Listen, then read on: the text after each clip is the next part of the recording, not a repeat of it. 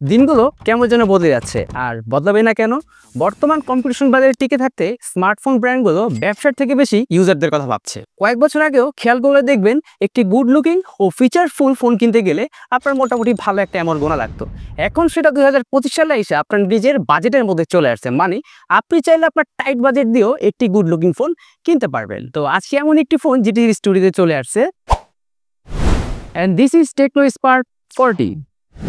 তো চলুন এবার ফোনটি আনবক্স করা যায়। টেকনো স্পার্ক 40 বক্সটা আনবক্স করলে শুরুতে আমরা দেখতে পাচ্ছি ফোনটা একটু সাইডে রেখে চলেন দেখি বক্সে কি আছে। শুরুতেই পেয়ে যাচ্ছি কিছু ইউজার ম্যানুয়াল, সাথে একটা সিলিকনের কেস যেটা বেশ ভালো মানের মনে হচ্ছে। পাইতেছি একটা 45 ওয়াটের চার্জার এবং সাথে একটা টাইপ সি পোর্টের কেবলও আছে। তো এই ছিল ফোনের ভেতরে। চলুন এবার ফোনটা দেখি। তো এই হচ্ছে আমাদের সেই কাঙ্ক্ষিত টেকনো স্পার্ক 40 কে দেখে প্রথমে জাস্ট আমার একটা কথাই মাথায় আসছে, সেটা হচ্ছে চুরিবিদ্যা বড় বিদ্যা যদি আপনারা ধরা।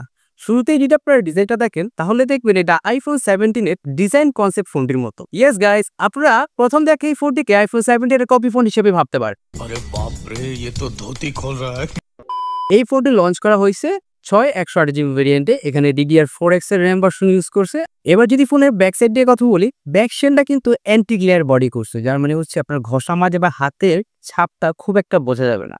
এছাড়া কিন্তু টেকনো এখানে ট্রিপল ক্যামেরা সেটআপ দিয়েছে, যেখানে 50 মেগাপিক্সেলের একটি মেইন ক্যামেরা, 2 মেগাপিক্সেলের ডেপথ সেন্সর আর একটা সোকল লেন্স থাকছে।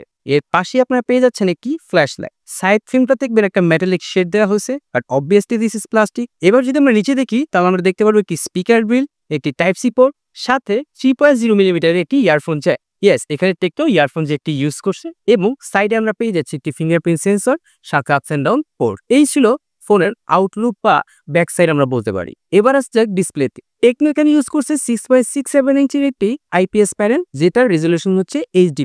অবশ্যই টেকনো এখানে পাঞ্চল ইউজ করছে। আর মোটামুটি ফোনের স্ক্রিনটা কিন্তু বলা যায় এই বাজেট সেগমেন্ট হিসাবে খুবই চিন বেজেললেস। এছাড়া এই ফোনের ডিসপ্লেতে পেয়ে যাচ্ছেন 120 হার্টজের রিফ্রেশ রেট সাপোর্ট, মানে মোটামুটি একটা স্মুথ এক্সপিরিয়েন্স আপনি পেতে পারেন। আবার এখানে ডিসপ্লেতে ইউজ করতে গরিলা প্রোটেকশন, যদিও এটার রেটিংটা তারা উল্লেখ করে নাই, তারপর ভাবা যায় যে মোটামুটি একটা ভালো প্রোটেকশন পাওয়া যাবে। ও আরেকটা বিষয়, ফোনটা কিন্তু খুবই স্লিম, মাত্র 7.67 মিলিমিটার এটা থিকনেস। আর যদি ফোনের ওজনের কথা বলি তাহলে 5200 mAh ব্যাটারির সাথে ফোনটার ওজন 188 গ্রাম। ব্যবহারের শুরুর দিকে ফোনটা একটু হেভি মনে হলেও আস্তে আস্তে এটার সাথে ইউজ টু হয়ে যাবেন ভাই।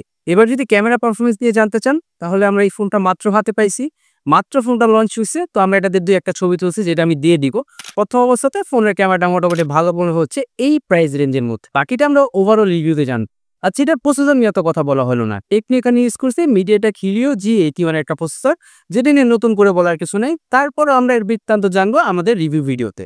চলুন এবার আসছে যাক এই ফোনটির অপারেটিং সিস্টেমে। টেকনো এখানে ইউজ করছে হাইবার 15 বেসড অন অ্যান্ড্রয়েড 15।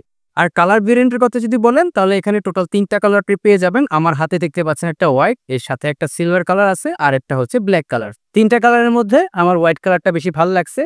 ডিফারেন্ট মানুষের ক্ষেত্রে ডিফারেন্ট কালার তাদের ভালো লাগে। তো 3টা কালার আপনারা দেখতে পারেন আপনাদের যেটা ভালো লাগে।